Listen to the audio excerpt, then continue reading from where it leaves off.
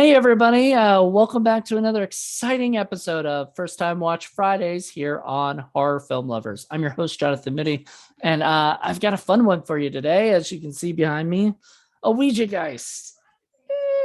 Okay, fun might not be necessarily the right word for it, but I'll say it was sort of meh, you know. I have a fun review for you guys. How about that? So Ouijageist, what can I say? It was another film. Last film was done in the UK. This is done in Switzerland and France, and I think part in the UK. It was made by a guy named John R. Walker, who I don't really know much about him. A lot of my friends are friends with them, so if I'm a little harsh, it's not anything specific, or it's not anything, there's no hate. I want everybody to have fun and make good movies. And I just, the only thing I had a problem, like I've had a few problems with this movie, and the biggest problem is that I just kind of felt underwhelmed by it.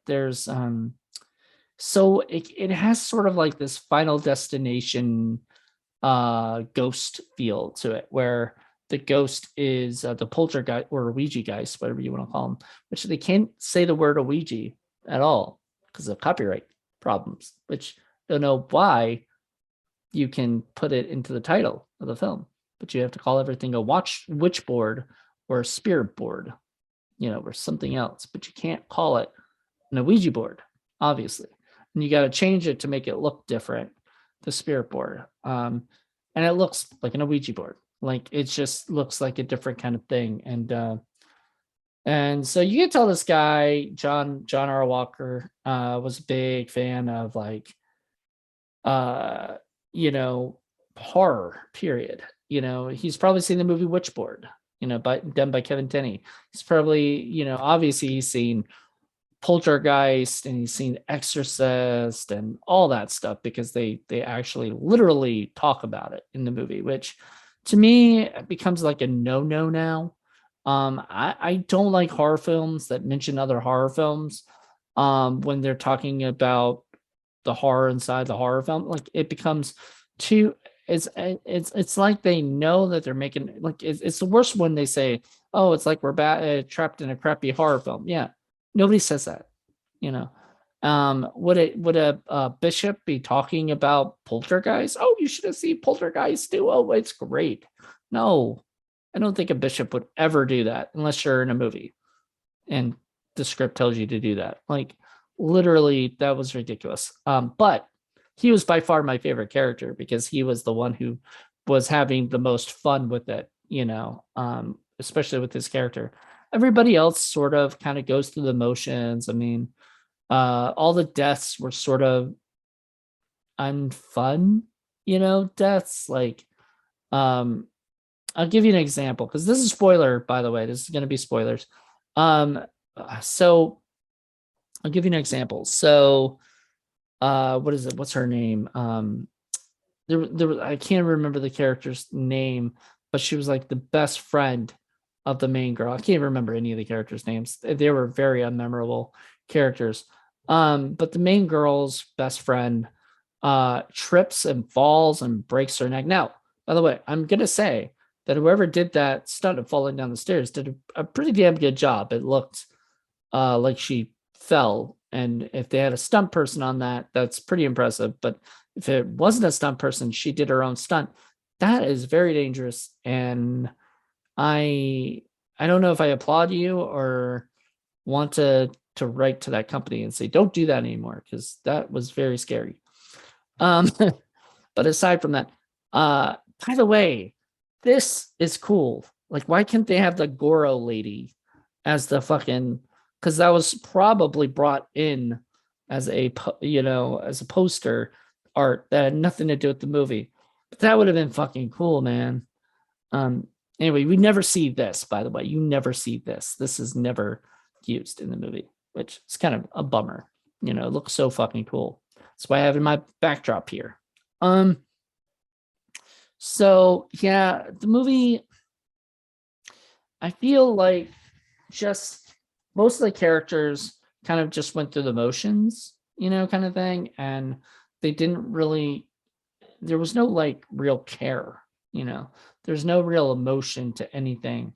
When her dog died, she cried a little bit, but then later, like they don't even talk about the dog again. I'm like, I'm sorry, but if my dog had gotten his head ripped off, I'd be talking about that for days, and there'd be nothing but like me wanting to figure out how to fucking stop this thing and find out what fucking killed my dog, and I would be going crazy. They didn't do that.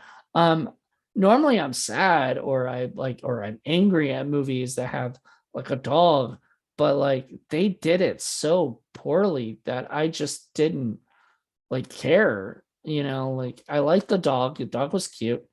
Apparently he had a cute little name. I forgot, it was like Mungo or something. Um, but then then there was like a head of the dog like thrown into the room. And so the head of the dog looked nothing like the dog that we saw. So like I never had any connection to that. And that's not good. That's not a good sign.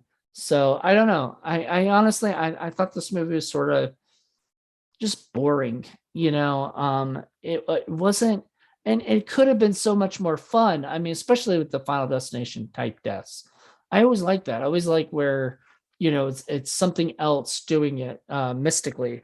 But like there's a scene with a hose and a ladder. I just was like, you know, like really, like that was it. That he fell and and nobody seemed to notice till later that there was a big thump. That normally would have happened. I don't even think there was a thump. It was just poorly made, but it did. It wasn't god awful. Like this isn't. I'm kind of torn. I'm sort of like I want to not recommend this movie because, but it's free on Tubi, so I would say go see it on your own. Go judge it on your own. If you want to see sort of bad, stuff, it's fine. It's not going to make or break your day. This isn't gonna like go, oh man. But yes, there's a dog death, but you're not gonna care. So don't worry about that. But all in all, I mean, I would say I would say just go watch it with an open mind. And if you like it, this is up your alley. There were people that gave it good stars. Now I don't know if those are their friends or something, or the cast and crew, but people gave it good stars, gave it good stuff. So I don't know. Maybe I'm a little harsh these days because I make independent films and I try my best to go above and beyond things. But when you don't really have the means to do a lot of stuff, I get it. Like I totally understand. And you got it distributed, so like people are making money. You made money off of my view, on Tubi. So there you go.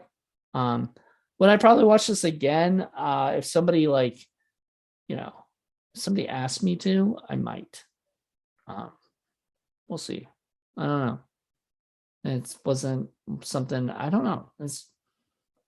It's something I'm like confused. Like I gave it 2.5 stars on my Letterboxd because it's sort of halfway between out of 5. So it's halfway there. Like I feel like this could have been so much better. Also, if the lead actress, I think this was her only role. So I kind of feel bad, for saying this, but I just don't think she tried, I feel like a lot of her lines and a lot of her scenes were overshadowed by better people. But then the mom was like the exact opposite, but not in a good way. She was like not a very like she was a little bit too much. You know what I mean? Like went to the opposite direction. So I don't know. But mostly the main actress like phoned it in. I was kind of like, and most of the actors phoned it in, honestly, to be Like nothing really stood out. And you get this character that's like, I guess ex-boyfriend, husband, whatever he is, that you don't really know much about, but he's like apparently followed her and stuff. And then you get a scene with them, and you're like, okay, they'll go on and he'll help her deal with. Nope, they just kill him off. And I'm like, okay, so he was just an added body count for people just to keep the movie going.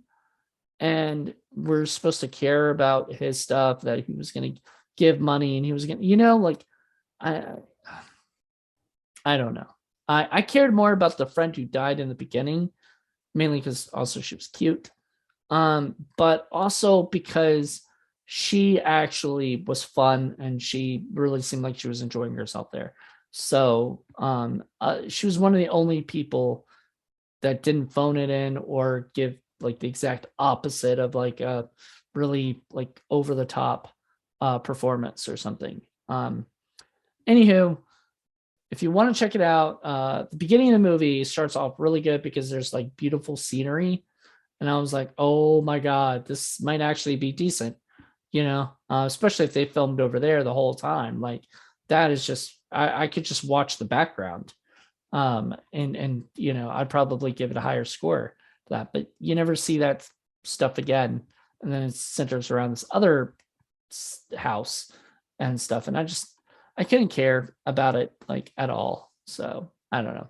Anywho, like I said, if you want to watch it, check it out. If you don't, it's I don't think this movie is something that you're going to need to see at all.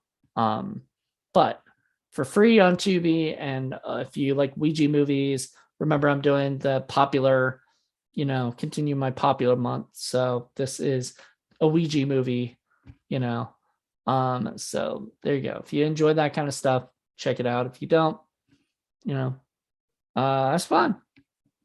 I would say that because like, you don't get that. No, that's the suckiest part. I was hoping for that. Nope, Wild Eye releasing, man. They just totally screw you over. So anyway, on that, which they're not a terrible company. I'm just saying, like they give you box arts that are awesome, and the movies are just meh. So maybe that's what they should do, is like they should make the box art first and then tell people to go make a movie based around that box art, so people don't get treated like this. I don't know, but whatever. They're gonna do what they're gonna do. I'm gonna keep watching them, keep reviewing them, because I don't know, maybe I'm maybe I'm crazy, I don't know. Anyway, thank you guys for checking this out. Join me next week for the last of the popular movies. All right, bye.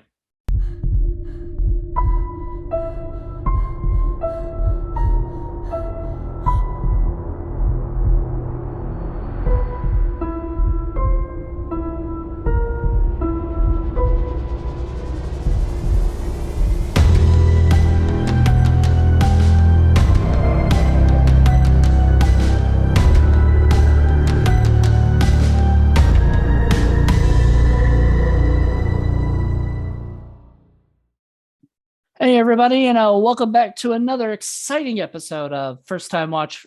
Hold on. Hey everybody, and welcome back to another exciting episode of First Time Watch. Jesus Christ, these are going on the outtakes.